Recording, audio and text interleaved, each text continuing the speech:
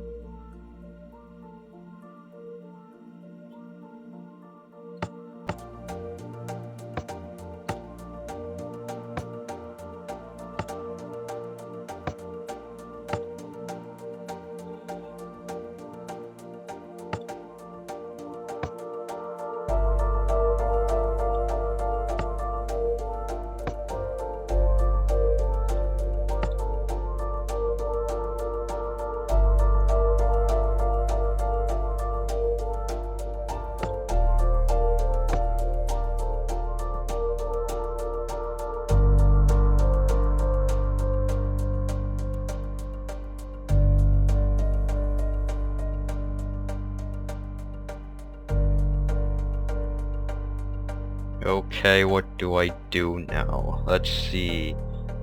5 of these 6 would be mines. So... this is a 3. So one of these 2 is a mine.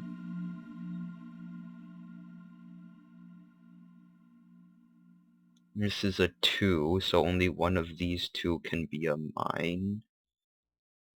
This is also a 2, so 2 of these 3 can be a mine, so this one must be a mine. No, wait, no, this is a 2 as well, so this one must be a mine.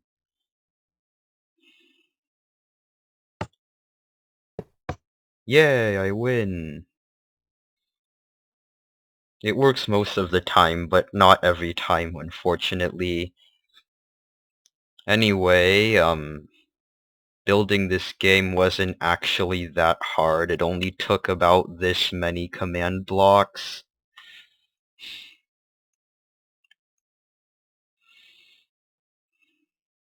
Okay, so now I'm going to waste next, I have no idea how many minutes of your life explaining how this works.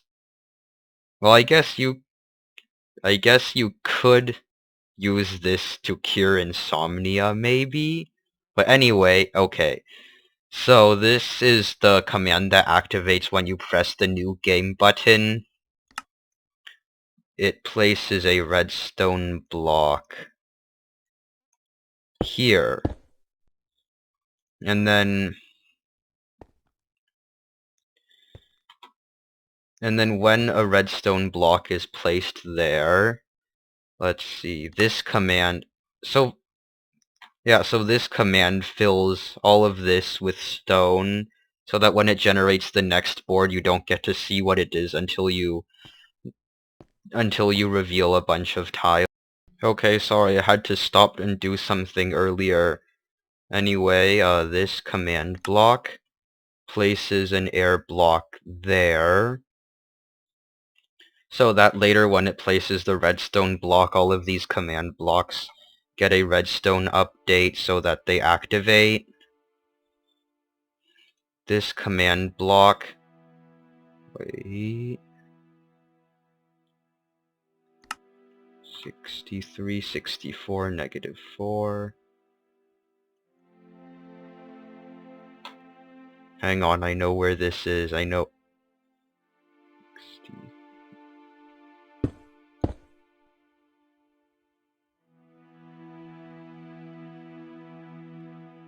Oh, yeah. Okay, so basically, I'll explain these later, but it fills all of these redstone blocks with air so that when the redstone block is placed here again, the command blocks get a redstone update and they activate. And let's see.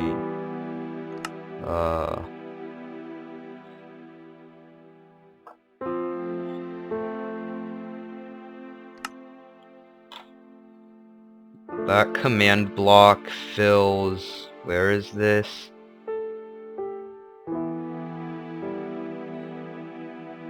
Oh, yes, this. So basically this is the thing that is used to...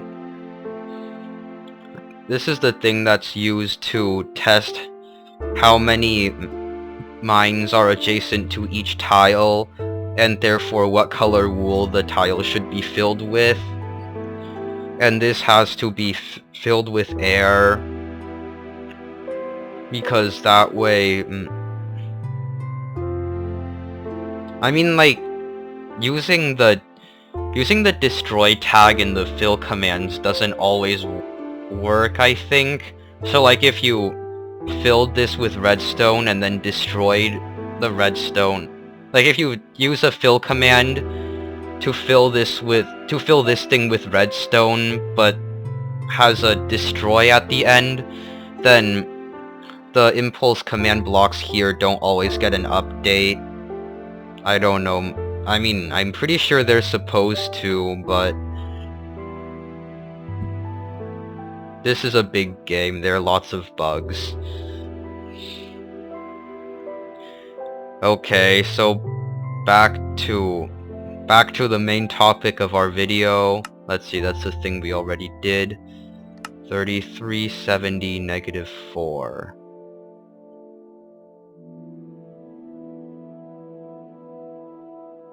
Wait, was it 33?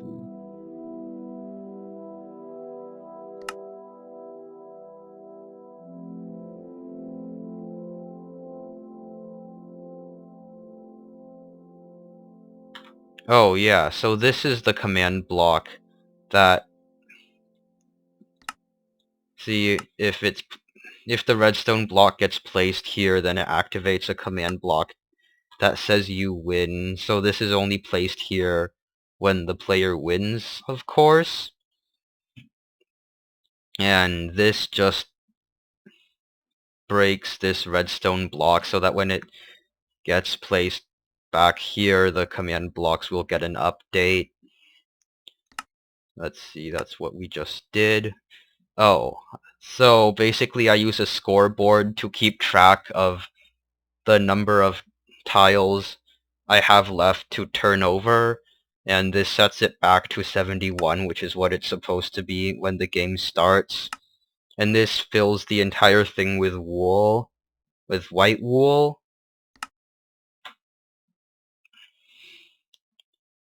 So that, like, any colorful wool remaining from the last game gets removed.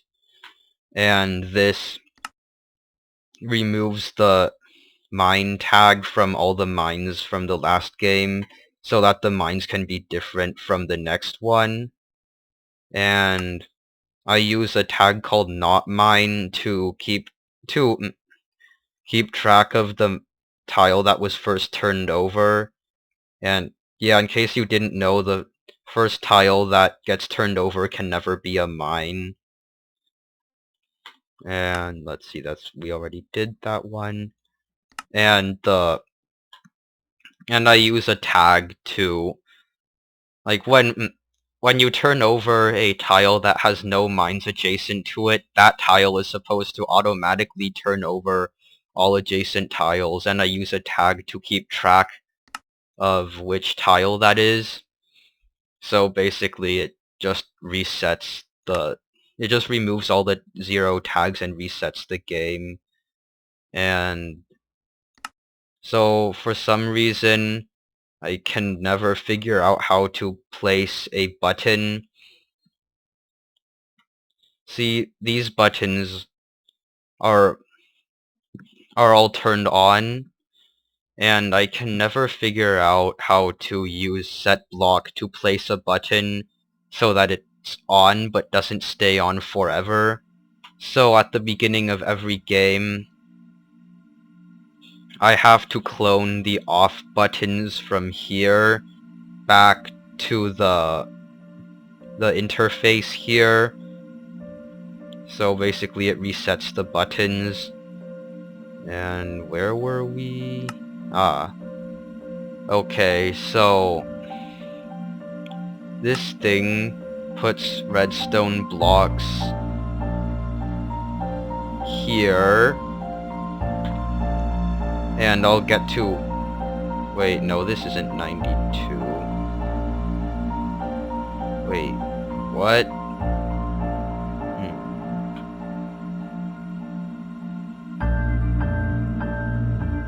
Wait, let me recheck the command.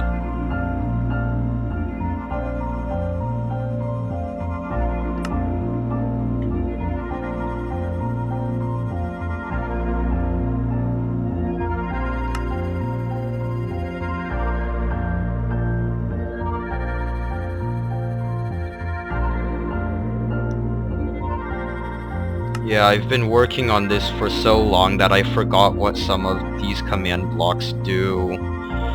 Anyway, this one places the stone here, yes.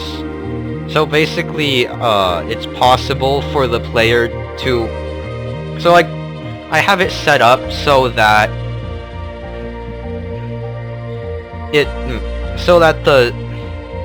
the score thing here, it decreases even when the player turns over a mine, so it's possible. So like if I didn't have this thing here, it would be possible for the player to turn over 70 tiles that weren't mines and then lose.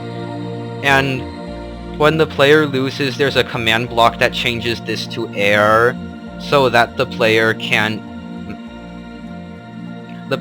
win and lose this. The player, like, it changes this to air, so then the redstone signal doesn't go through, so that the player can't win and lose a game. It can't win and lose the same game. And yeah, that was that. This says turn over a tile, which basically means that everything else is ready.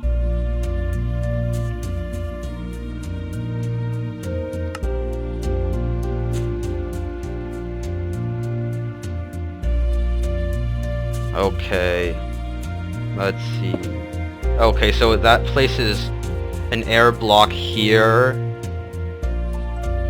And this is where the redstone block gets placed when a mine tile is turned over.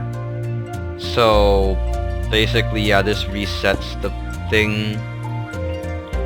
And where was I? Oh, okay.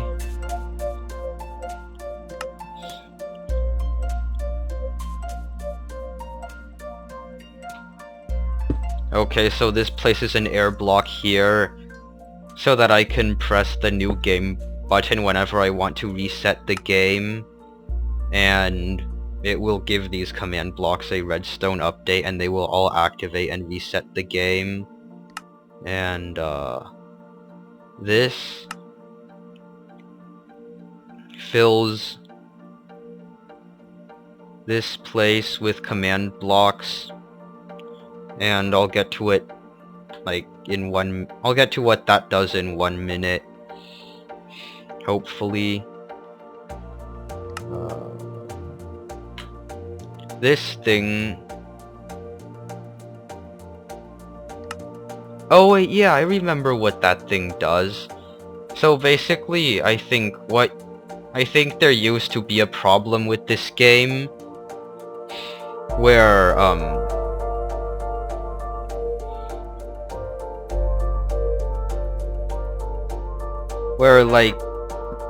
okay, so in case you didn't know, the way redstone comparators work with test for commands is that, like, if the command succeeded last time it was run, then the redstone comparator stays on.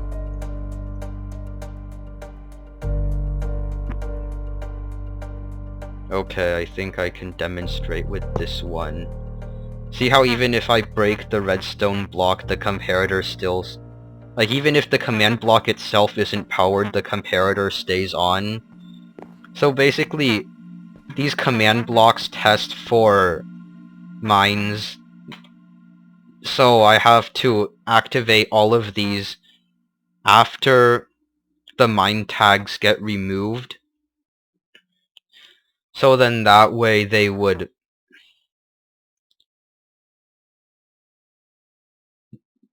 That way they... all of these comparators would turn off, and then that way they... Wait. Let me think about this.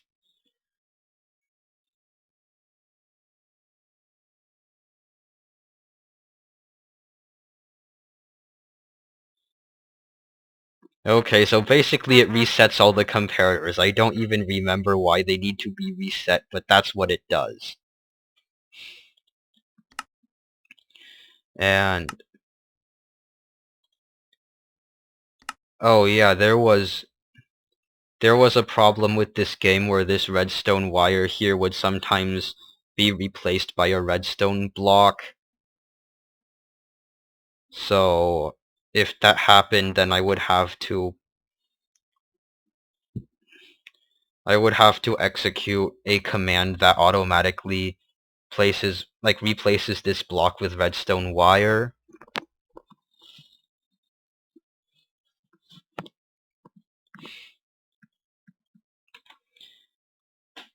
Wait.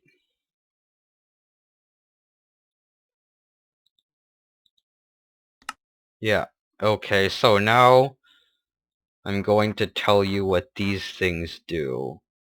So basically, like, most of these commands are the same except by 1 or 2 characters. So basically, like, as you might be able to recall from, like, 10 or 15 minutes ago, I have no idea how long I've been talking.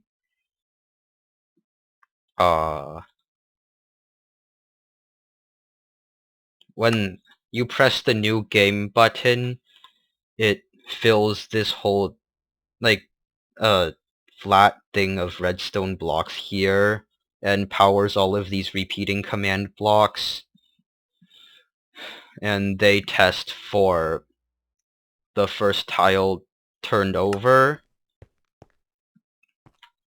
And this command, like, depending on which button was pressed, it will set a particular armor stand. Well, in case you haven't realized already, there is one armor stand that corresponds to each of the tiles up there. So at the beginning of the game, like, the first the first tile that gets turned over needs to somehow be marked so that the mine generator doesn't place a mine there. And this is basically what it does. And this command block places a redstone block here and activates, like, all of this stuff. So this command,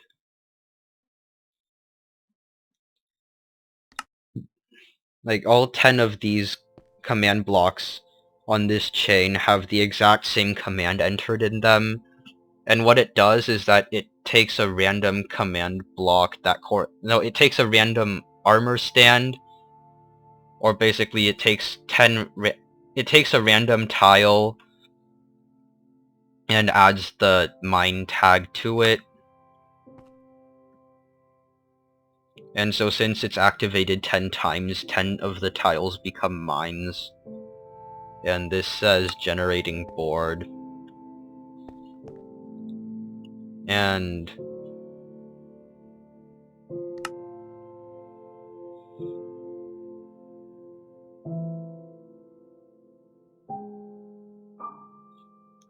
like, that command block fills this whole thing with air so that when I put redstone blocks there... Oh wait, no.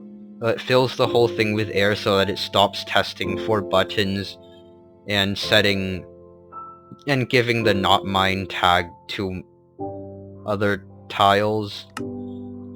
And this basically adds the 0 tag to every tile, which will get removed later for some of them. And this command block,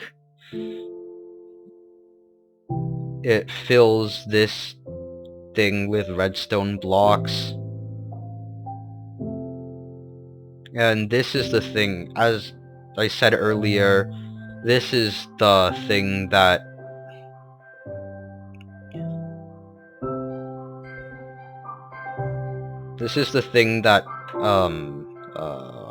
what is it called? This is the thing that determines how many mines are adjacent to each tile, and it determines which color of wool to put in that tile based on the number of mines adjacent to it. Let's see, where was I?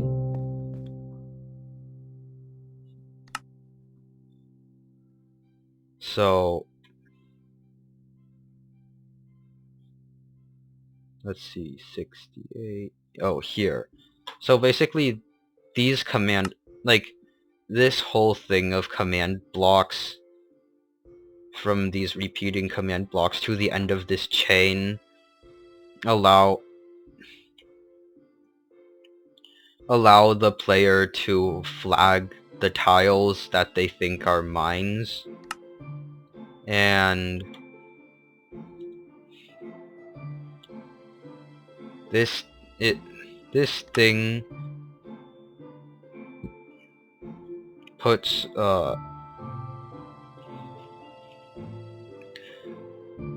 this command places creeper heads at every mine.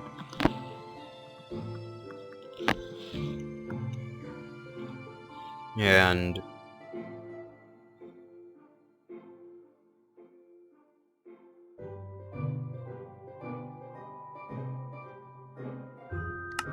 this command block it fills redstone blocks here, and this whole thing of command blocks from these repeating command blocks to these impulse command blocks are responsible for allowing the player to turn over tiles.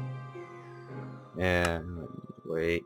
Oh, this says you may continue revealing tiles, obviously. And this command causes it turns over the tile that the player selected first.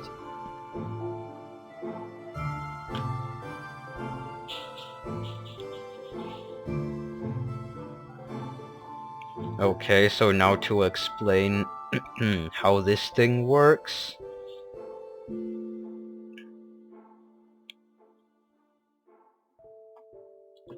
So this command block is used to test for the number of mines adjacent to each tile.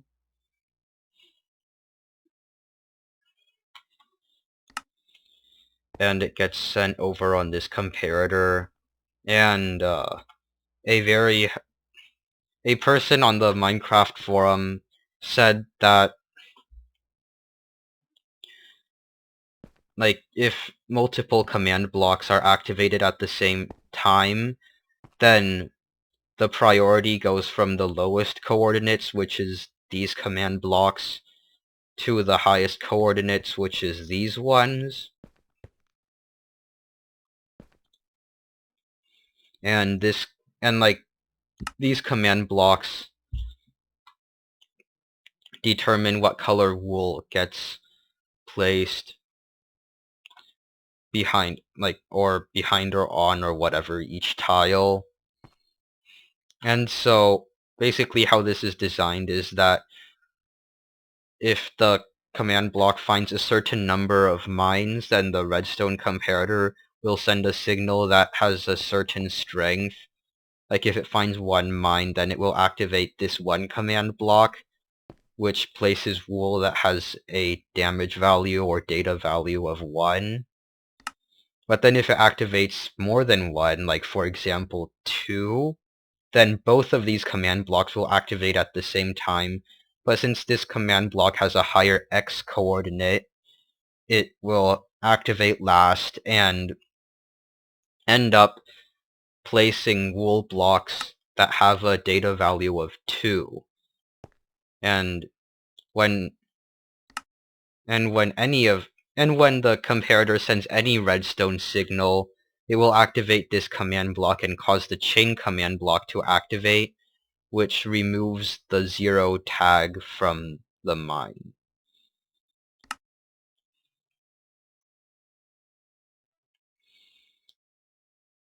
And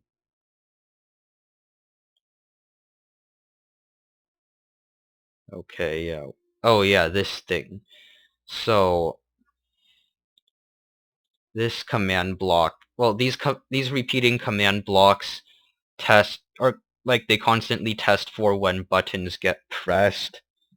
So when you press a button, one of these command blocks, like when you press a button on the left side of a tile, which means like these ones as opposed to the ones on the right side, these repeating command blocks will find it and activate this sequence of commands.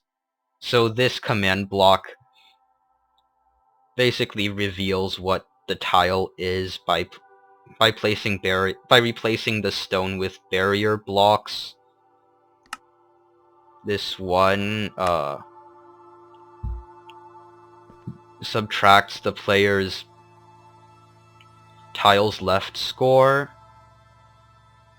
This one, let's see. Oh yeah, this one places an air block here so that this repeating command block deactivates and the button can't be pressed again just to decrease the score. And this command block places an air block here so that the tile can't be flagged after it's been revealed. Where was I? Oh. This command block places a redstone block here. I'll tell you what it does in a few seconds. And this command block tests if the armor stand is a mine, and if it is, it places a redstone block at the command blocks that cause the player to lose the game. And so, now to get back to this one, it places a redstone block here, and activates this impulse command block, which tests if the command block, it tests if the armor stand that corresponds with that tile is a mine. Wait, no, not a mine, sorry, a 0, which is a tile that has no mines adjacent to it. And this is the thing that causes it to automatically reveal the surrounding tiles since none of them are mines, and that's how, like, the regular Minesweeper games work. And so now I'm going to show how the flagging works, or explain how the flagging works. You know what, I made a mistake and there's no point in denying it. So basically what happened here is that whenever I flag a tile, it activates this command block. And as you know, well, whatever. Anyway, that command block places an air block here. And when it was supposed to place an air block here and destroy the redstone block that was powering the repeater command block, and it instead destroyed the repeating command block itself.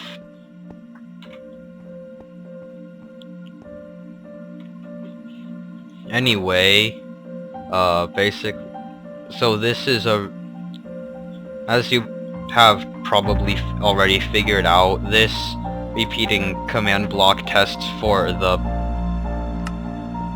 buttons on the right side of each tile that are used to flag them.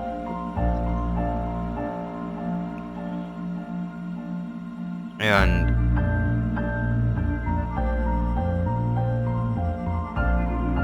right, so this command block places red wool.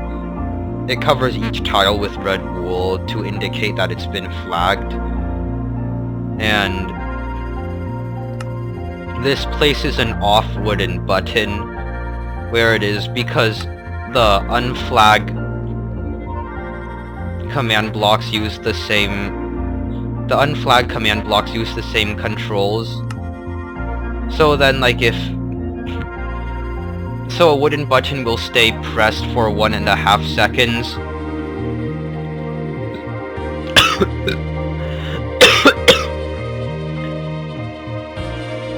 Excuse me, so a wooden button will stay pressed for 1.5 seconds. And if I don't put this command here, what happens is that it will place a redstone block here, and then this repeating command block will find that button that was pressed, and then promptly unflag the tile.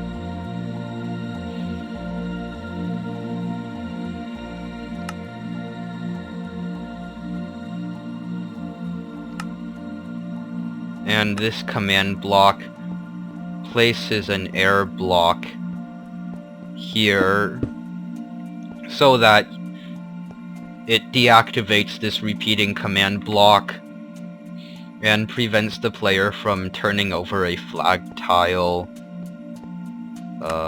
Where were we? Oh yeah, this is the command block that caused the problem. It was supposed to place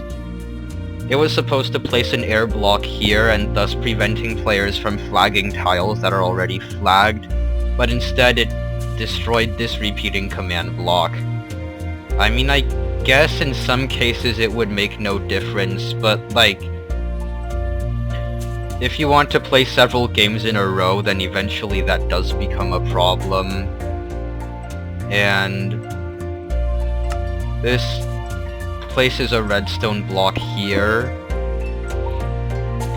so that the player can unflag tiles that have been flagged.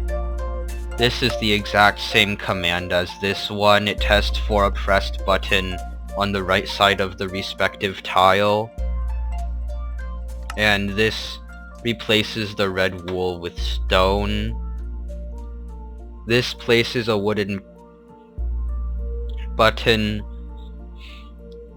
This turns off the wooden button immediately, so that when it places a redstone block here, it won't just like it stays on for 1.5 seconds, as I said. So then like when it places a redstone block there, the button will already be off and the tile will not flag itself again.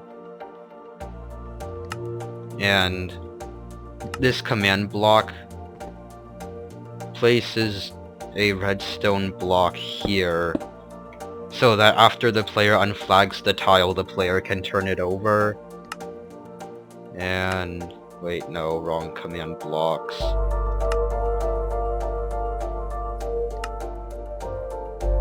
This command block places an air block here, so that the player can unflag a tile that's already been unflagged.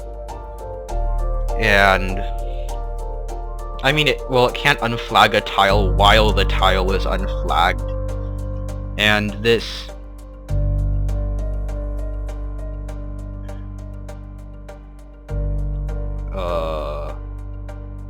wait, let me... Oh yeah, so this places a redstone block here, so that the player can flag a tile after the player unflags it. So now that I think I have explained this game well enough, now it's time to explain the end game conditions. So basically, when the player loses the game, a redstone block is... like, when the player turns over a tile that is a mine, a redstone block gets placed here.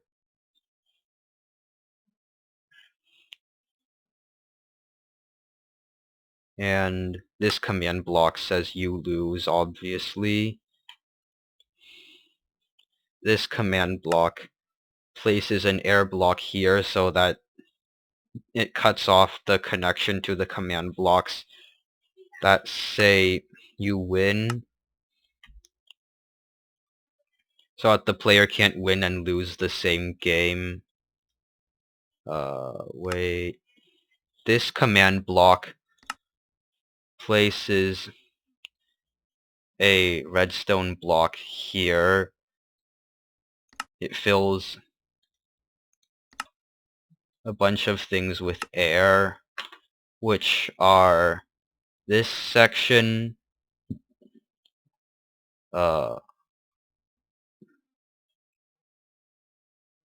wait, yeah, this part, and this part, so that the player, wait, no, not that part, this part, and this part with air, so that the player can't turn over, flag, or unflag tiles after the game ends.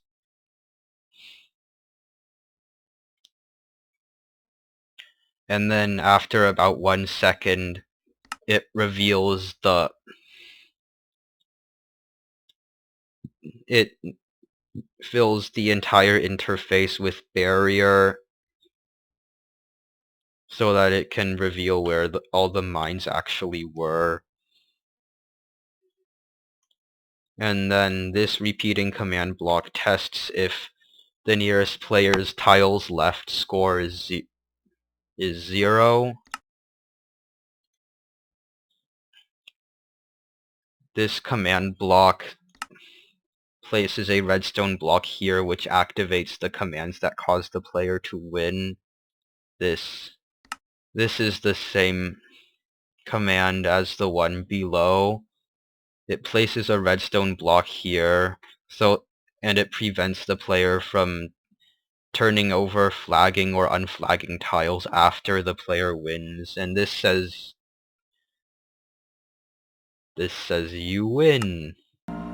Personally, I think it was pretty amazing that I was able to build this thing out of command blocks and get it to work even once, much less get it to work on the first try when I was recording this video. I'm pretty proud of myself for being able to build this. So yeah, thanks for watching, hope you enjoyed, see you next time.